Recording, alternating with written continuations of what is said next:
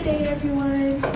My name is Nancianceno, and I will be discussing the topic of local awareness of DoD sustainment needs. And here are my table of contents.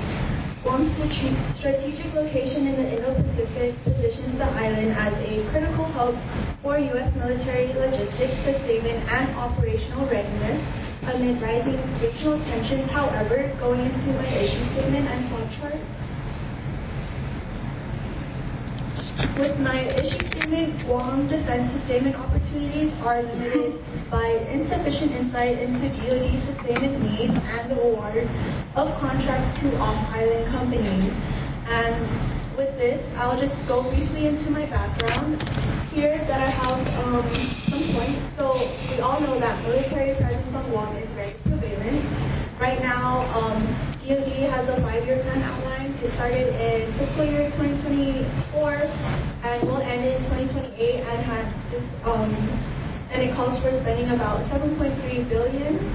And just going straight into my next points there, I have Guam's strategic Indo-Pacific role. I kind of touched on that before mentioning my issue statement, but it just relates to Guam's long-standing role with the U.S. military and how it's a key drive for the island to dive into sustainment needs in relation with DoD amid rushing Indo-Pacific tensions. And with these policies that I have here stated with the National Defense Industrial Strategy, it emphasizes expanding U.S. military repair and sustainment capacity through regional and forward deployed infrastructure. And with RSF, the Regional Sustainment Framework, it just focuses on moving maintenance, repair, and sustainment capability closer to operational areas in the Indo-Pacific. With the last two, the Partnership for Indo-Pacific Industrial Resilience, it expands this approach through allied and partner cooperation, and with the Maritime Action Plan, this just reinforces these goals by linking national security, and together these policies support the development of forward-based industrial capacity on Guam and strengthen its role as a strategic sustainment and logistics hub in the Indo-Pacific. And with my last point, distance from mainland reduces readiness, I just wanted to mention this because we can expand ship repair capabilities, aircraft sustainment, war readiness material, and drone industry, which I will go into my discussion about. But we can expand this here on the island as the military currently relies on other locations off island. So going straight into my discussion. First, I want to talk about ship repair capability and capacity. Right now, so on the top, we only operate at an intermediate level. In the past, we were able to operate at a depot level. So in terms of ship repair and maintenance due to workforce performance and ability, infrastructure capacity, and regional demand. And with the intermediate level, we only can do pier-side ship repairs as we don't have a dry dock capacity on the island or the workforce right now to sustain it. And due to this constraint, it restricts the scope of work that can be completed locally as ships are sent back off island to, let's say, Hawaii, the U.S. mainland, or Japan for depot-level repairs. And Guam would be able to increase operational readiness, distance, and turnaround time, as this also becomes a missed economic opportunity for the island and unpredictable and opaque Navy demands.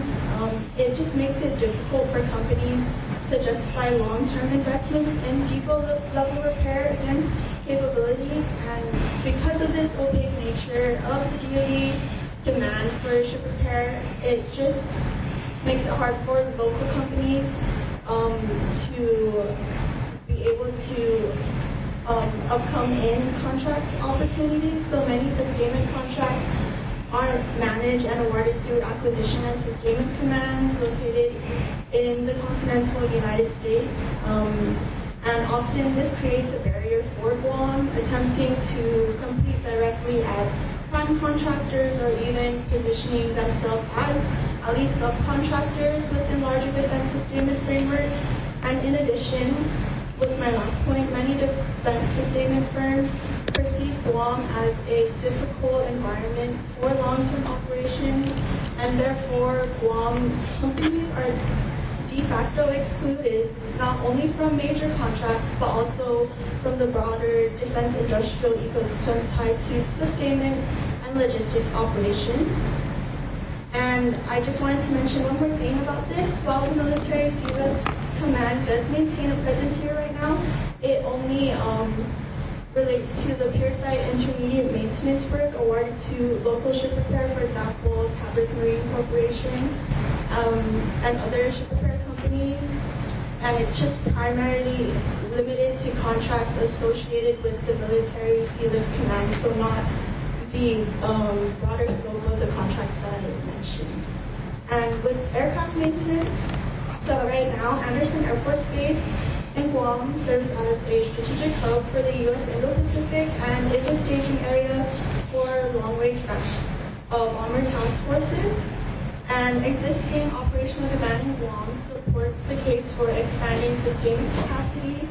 So mainland depots perform higher value sustainment work, as Guam right now only, as I mentioned, it supports bomber task force units, airlift, and tanker activity.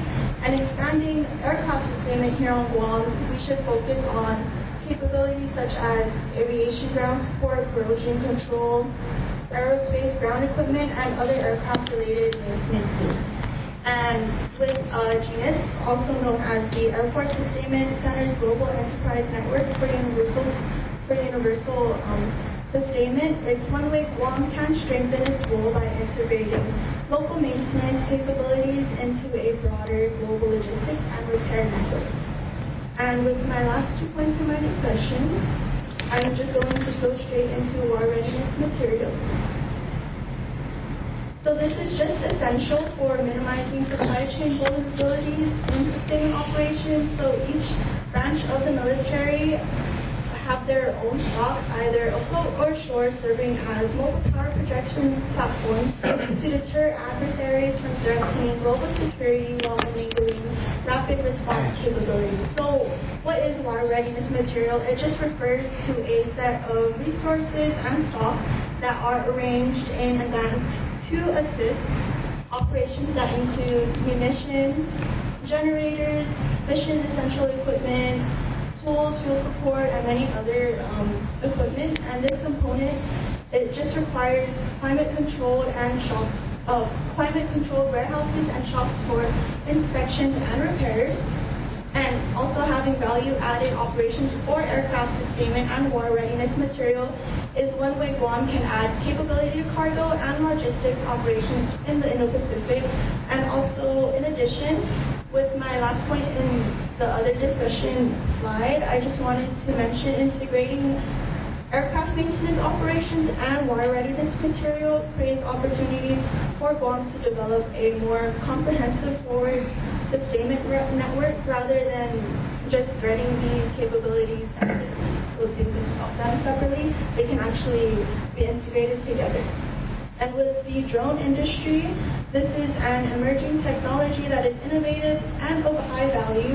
For Guam, it was taken on through videographers, construction needs, and also with small enterprises under the U.S. Executive Order 14307 unleashing American drone dominance will accelerate testing and enable drone routine operations, scale up domestic production, and expand the export of trusted American manufactured drone technologies to global markets. And then into my next point with Bella Wings Aviation, it's a private company on Guam right now, and they have publicly shifted toward local drone manufacturing, and it puts Guam in a powerful and unexpected position. And with my last point with GAMA, the Guam Additive Materials and Manufacturing Accelerator, this is a new additive manufacturing hub being built on Guam to reduce repair timelines for deployed vessels. And these initiatives just highlight a growing sustainment, again, opportunity for Guam. But right now, we just currently lack the workforce and depth needed for self-sufficiency. And with that said, Guam should prioritize the development of a competitive private sector defense sustainment ecosystem capable of supporting DoD operational requirements in the Indo-Pacific. And and this just goes into my recommendations that I have. So what can we do to sustain? So I have 8 recommendations altogether. These are the first 4. So expanding ship repair capability to a depot level. So in my discussion, I mentioned ship repair and just like a brief portion about it, but creating a depot level ship repair capacity and capability on Guam is a way that Guam can sustain demand. Expanding dry dock infrastructure, workforce capability, and industrial capacity would allow Guam to perform higher level maintenance currently conducted off-island, so in Hawaii, the US mainland, Japan.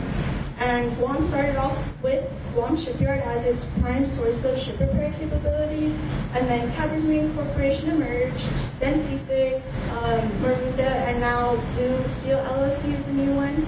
And this whole competitiveness of a ship repair environment involving these companies, it would just further position Guam as a forward sustainment hub. And with my second recommendation, expanding aircraft maintenance capacity to support Guam as a forward sustainment node, investments again in corrosion control, aerospace, ground, and equipment, the ones I mentioned earlier in aircraft, it would just improve operational flexibility while reducing reliance on maintenance sustainment facilities. For my third one, I have addressing the need for climate-controlled warehouses for water running this material. I kind of touched on that too, and it would just reduce supply chain vulnerability, strengthen core logistic operations for military forces operating in the region. With the last one I have here, develop genus and gamma capabilities, so just implementing both on the island will expand Guam's role in regional sustainment and advanced manufacturing. And integrating these initiatives, again, it would just improve the responsiveness while creating new industrial and technical opportunities. And then for my last part of my recommendations, I have developing the drone ecosystem in defense and commercial industries. And as I mentioned earlier, it's an emerging industry, and Guam can expand this industry through partnerships between defense agencies, private industry, and also just building this local capability would support both military sustainment requirements and commercial applications. And strengthening and stabilizing sustainment demand through allied partnerships would also be great, because this kind of ties into my background with the policies I mentioned. It would just increase opportunities for regional maintenance and co-sustainment. And then for strengthening Guam's participation in sustainment contracting, having advanced notice of contracting opportunities, regional industry engagement events, and incentives encouraging prime contractors to partner with local firms, it would just strengthen Guam's defense industrial base while improving long-term sustainment resilience in the Indo-Pacific. And then prioritizing workforce development on Guam. This is very important, and I just wanted to emphasize on this because workforce capability and capacity is a significant factor that our island should be investing in. Thank you. So this is just a chart I made for recommendations for the workforce development. I will only go briefly through this because Chris from PA 590, he will actually present on this topic soon after. So exposing students early, even as early in middle school, the manufacturing and engineering education reimagined for all curriculum, also known as the MIRA program.